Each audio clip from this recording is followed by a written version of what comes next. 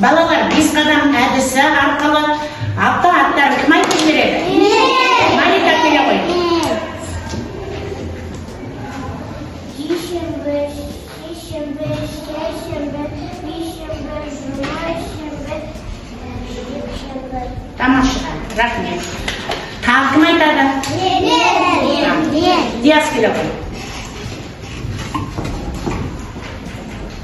Дүйшембі, шешембі, сәрсенбі, дүйшембі, жұма, шембі, жексенбі. Тамаша, рахмет.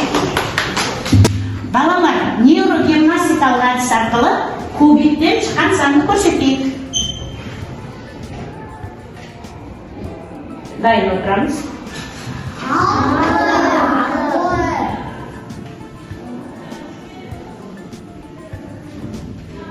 Кубизм әдісі арқылы жұптағы жұмыс.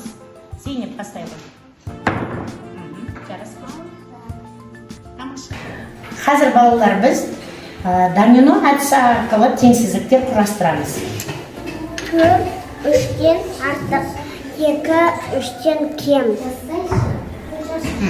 Балалар, алма сөзіне дыбыстық талдау жасап жіберейік. Бұны жұпта орындаймыз.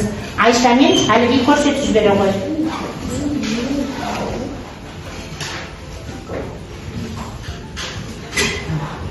Буынға бөле қойыңдар. Алма. Қанша буын екен? 2. Буынның белгісін қоя ғой.